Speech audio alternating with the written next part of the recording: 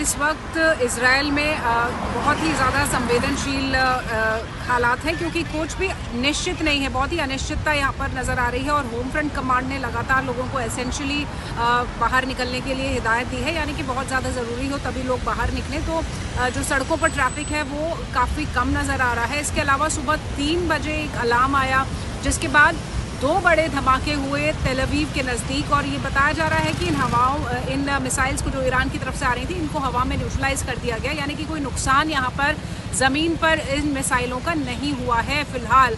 लेकिन सतर्कता पूरी बढ़ा दी गई है, क्योंकि ईरान की तरफ से लगातार इस तरह की चेतावनी आ रही है कि वो अभी रुकेगा नहीं और वो लगातार रिटालिएट करेगा। इस तरह का संदेश, एक मैसेजिंग की कोशिश ईरान की तरफ से हो रही है।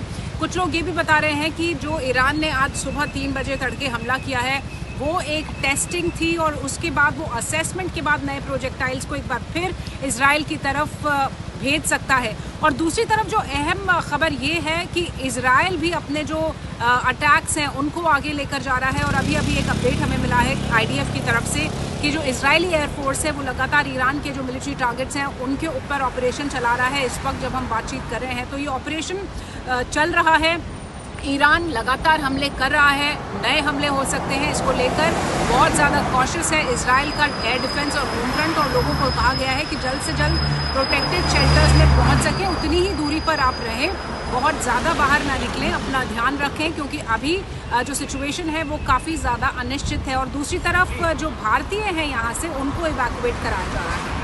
देखिए सुमित, लोग चिंतित ज़रूर हैं, लेकिन हम इसे पैनिक नहीं कह सकते, क्योंकि अभी ये लड़ाई इजराइल के लिए नई नहीं है। 2023 में जब हमास का हमला इजराइल के ऊपर हुआ, उसके बाद से जो कॉन्फ्लिक्ट चला, हिजबुल्ला हो या फिर हमास हो, हूथी हो, तो अब उनके अंदर एक समझ है इस बात की कि ये जो इजराइल का ऑपरेशन है वो चलेगा, और ये जो लोग हैं इजराइल के वो ये कहते हैं कि उनके भविष्य के लिए है, उनके फ्यूचर जनरेशन्स के लिए है, ये ज़रूरी है। ऐसा नहीं है कि अननेसेसरी एक्शन है जो इजराइल ऑपरेट कर रहा है।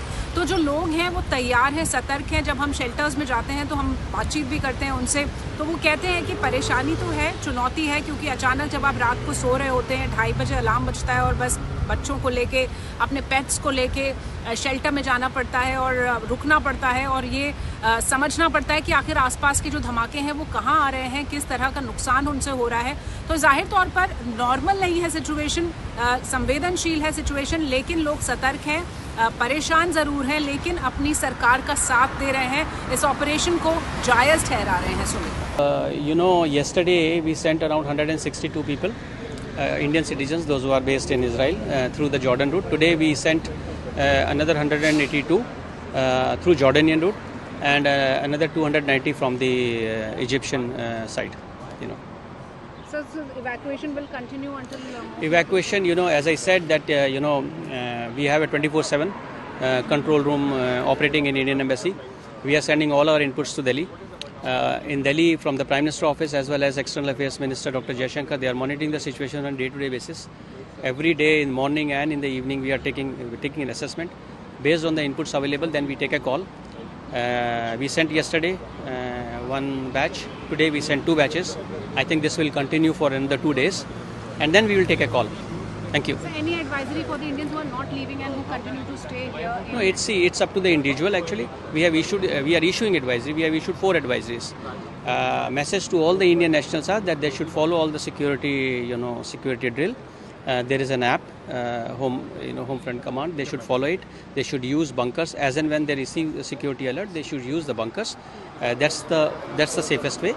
It's whether to evacuate or not, whether to go back. It's individual's call. If someone thinks that the situation is such that, so they can always reach out to our control room, and then we can arrange their evacuation. Thank you. क्योंकि इस वक्त Israel में बहुत ही ज़्यादा संवेदनशील हालात हैं, क्योंकि कुछ भी निश्चित नहीं है, बहुत ही अनिश्चितता यहाँ पर नज़र आ रही है। और होम फ्रंट कमांड ने लगातार लोगों को एसेंशियली बाहर निकलने के लिए हिदायत दी है, यानी कि बहुत ज़्यादा ज़रूरी हो तभी लोग बाहर निकलें। तो जो सड़कों पर ट्रैफिक है वो काफ़ी कम नज़र आ रहा है। इसके अलावा सुबह 3 बजे एक अलार्म आया, जिसके बाद 2 बड़े धमाके हुए तेल अवीव के नज़दीक, और ये बताया जा रहा है कि इन मिसाइल्स को जो ईरान की तरफ से आ रही थी, इनको हवा में न्यूट्रलाइज कर दिया गया, यानी कि कोई नुकसान यहाँ पर ज़मीन पर इन मिसाइलों का नहीं हुआ है फ़िलहाल। लेकिन सतर्कता पूरी बढ़ा दी गई है, क्योंकि ईरान की तरफ से लगातार इस तरह की चेतावनी आ रही है कि वो अभी रुकेगा नहीं और वो लगातार रिटेलिएट करेगा। इस तरह का संदेश, एक मैसेजिंग की कोशिश ईरान की तरफ से हो रही है। कुछ लोग ये भी बता रहे हैं कि जो ईरान ने आज सुबह 3 बजे तड़के हमला किया है वो एक टेस्टिंग थी और उसके बाद वो असेसमेंट के बाद नए प्रोजेक्टाइल्स को एक बार फिर इजराइल की तरफ भेज सकता है। और दूसरी तरफ जो अहम खबर ये है कि इजराइल भी अपने जो अटैक्स हैं उनको आगे लेकर जा रहा है। और अभी एक अपडेट हमें मिला है IDF की तरफ से कि जो इजरायली एयरफोर्स है वो लगातार ईरान के जो मिलिट्री टारगेट्स हैं उनके ऊपर ऑपरेशन चला रहा है। इस वक्त जब हम बातचीत कर रहे हैं तो ये ऑपरेशन चल रहा है। ईरान लगातार हमले कर रहा है, नए हमले हो सकते हैं, इसको लेकर बहुत ज़्यादा कॉशियस है इजराइल का एयर डिफेंस और होम फ्रंट। और लोगों को कहा गया है कि जल्द से जल्द प्रोटेक्टेड शेल्टर्स में पहुंच सकें, उतनी ही दूरी पर आप रहें, बहुत ज़्यादा बाहर ना निकलें, अपना ध्यान रखें क्योंकि अभी जो सिचुएशन है वो काफ़ी ज़्यादा अनिश्चित है। और दूसरी तरफ जो भारतीय हैं यहाँ से उनको इवैक्यूएट कराया जा रहा है। देखिए सुमित, लोग चिंतित ज़रूर हैं लेकिन हम इसे पैनिक नहीं कह सकते क्योंकि अभी ये लड़ाई इजराइल के लिए नई नहीं है। 2023 में जब हमास का हमला इजराइल के ऊपर हुआ उसके बाद से जो कॉन्फ्लिक्ट चला, हिजबुल्ला हो या फिर हमास हो, हूथी हो, तो अब उनके अंदर एक समझ है इस बात की कि ये जो इजराइल का ऑपरेशन है वो चलेगा। और ये जो लोग हैं इजराइल के वो ये कहते हैं कि उनके भविष्य के लिए है, उनके फ्यूचर जनरेशंस के लिए है, ये ज़रूरी है। ऐसा नहीं है कि अननेसेसरी एक्शन है जो इजराइल ऑपरेट कर रहा है। तो जो लोग हैं वो तैयार हैं, सतर्क हैं। जब हम शेल्टर्स में जाते हैं तो हम बातचीत भी करते हैं उनसे, तो वो कहते हैं कि परेशानी तो है, चुनौती है, क्योंकि अचानक जब आप रात को सो रहे होते हैं, 2:30 बजे अलार्म बजता है और बस बच्चों को लेके, अपने पेट्स को लेके शेल्टर में जाना पड़ता है और रुकना पड़ता है और ये समझना पड़ता है कि आखिर आसपास के जो धमाके हैं वो कहाँ आ रहे हैं, किस तरह का नुकसान उनसे हो रहा है।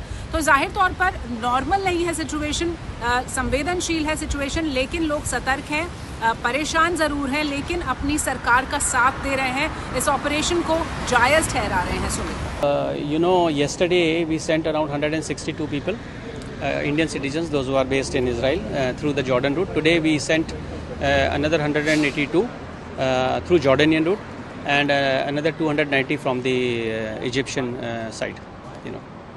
So evacuation will continue until evacuation. As I said that we have a 24/7 control room operating in Indian Embassy. We are sending all our inputs to Delhi. In Delhi, from the Prime Minister office as well as External Affairs Minister Dr. Jaishankar, they are monitoring the situation on day-to-day basis. Every day in the morning and in the evening we are taking an assessment. Based on the inputs available, then we take a call. We sent yesterday one batch. Today we sent 2 batches.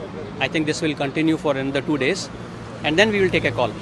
Thank you. So any advisory for the Indians who are not leaving and who continue to stay here? No, it's up to the individual actually.